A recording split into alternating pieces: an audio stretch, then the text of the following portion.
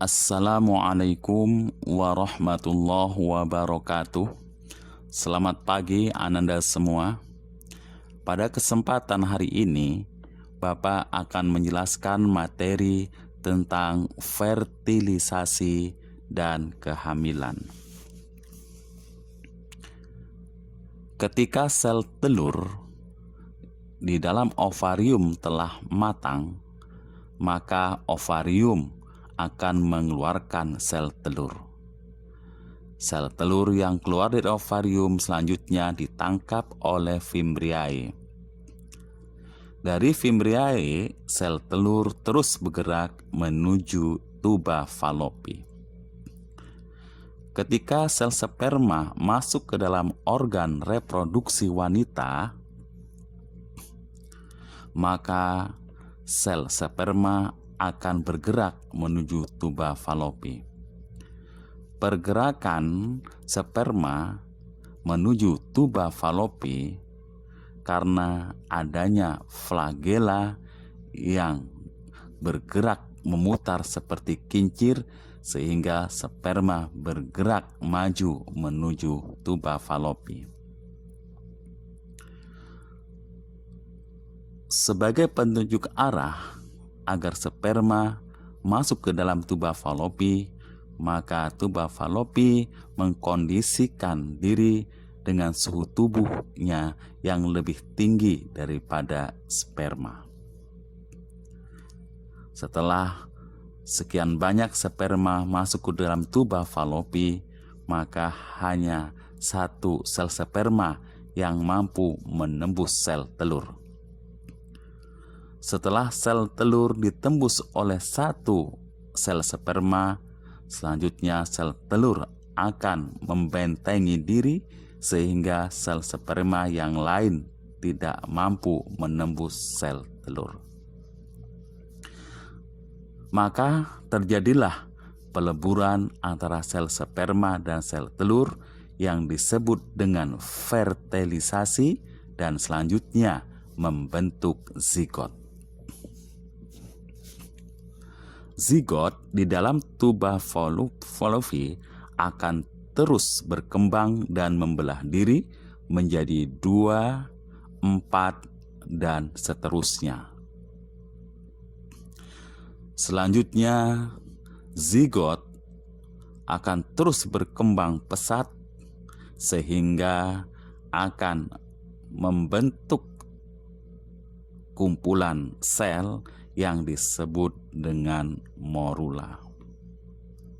Morula selanjutnya akan terus berkembang dan membelah diri dan akhirnya membentuk blastosit. Blastosit inilah yang selanjutnya bergerak menuju uterus atau rahim dan selanjutnya akan memplantasikan diri atau melengketkan diri di endometrium.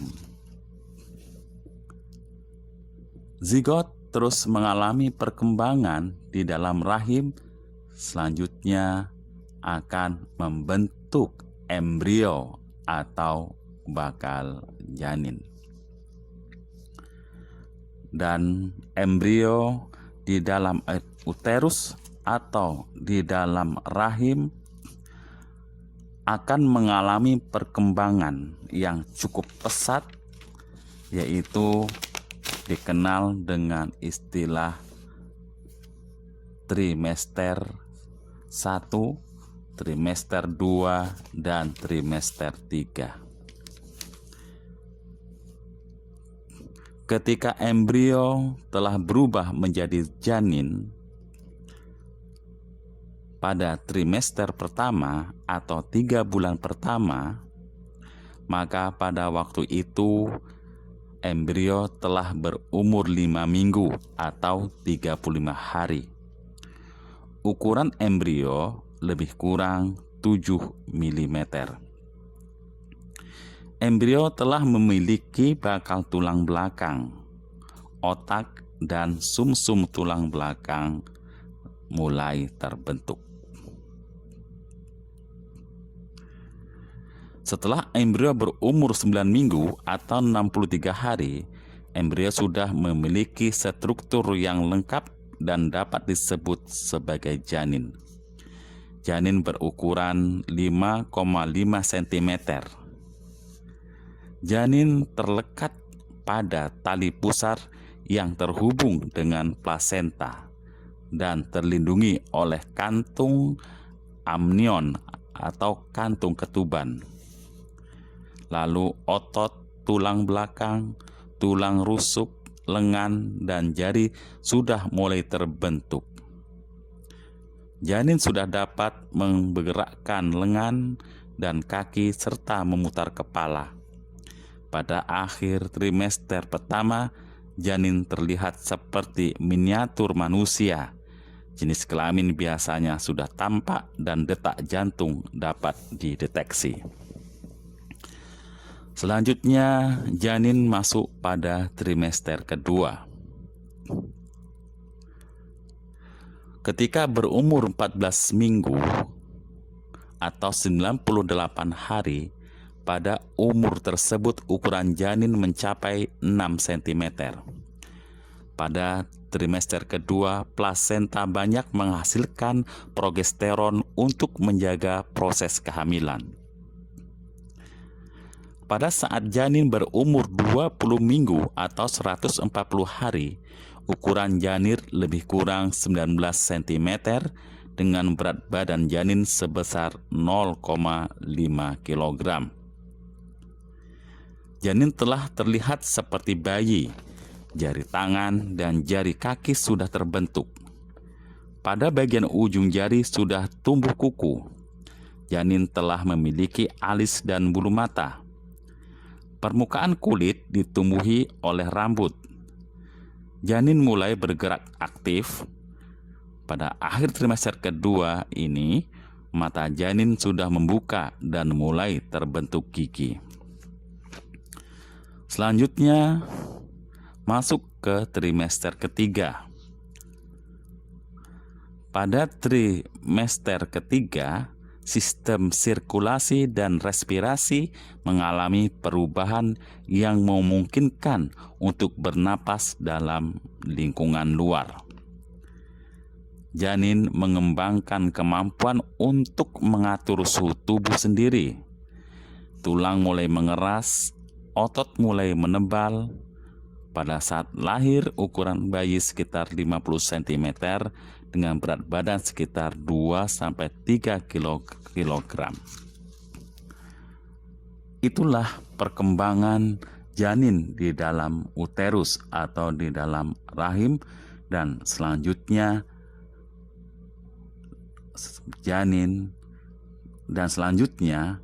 akan lahirlah generasi baru yang disebut dengan bayi. Demikian penjelasan yang dapat Bapak sampaikan. Mudah-mudahan dapat dimengerti. Dan selanjutnya, mari kita simak video berikut ini.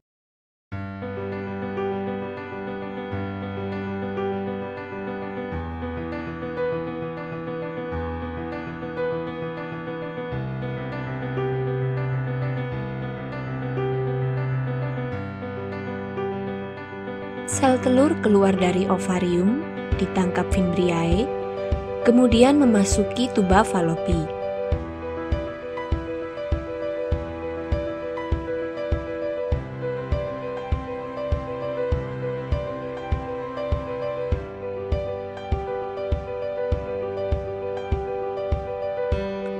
Jutaan sperma dihasilkan dalam sekali ejakulasi saat puncak senggama.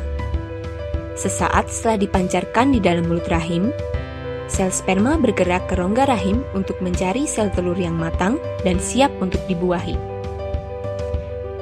Dari jutaan sperma yang dipancarkan, hanya beberapa yang dapat bertahan hidup mencapai indung telur, dan hanya satu yang dapat mencapai dan hidup di indung telur. Sperma kemudian mempenetrasi ke dalam sel dinding telur, kemudian mengkombinasikan materi genetiknya dengan sel telur dalam proses yang disebut pembuahan. sel telur yang telah mengalami pembuahan selama perjalanannya menuju rahim, zigot akan mengalami beberapa perubahan.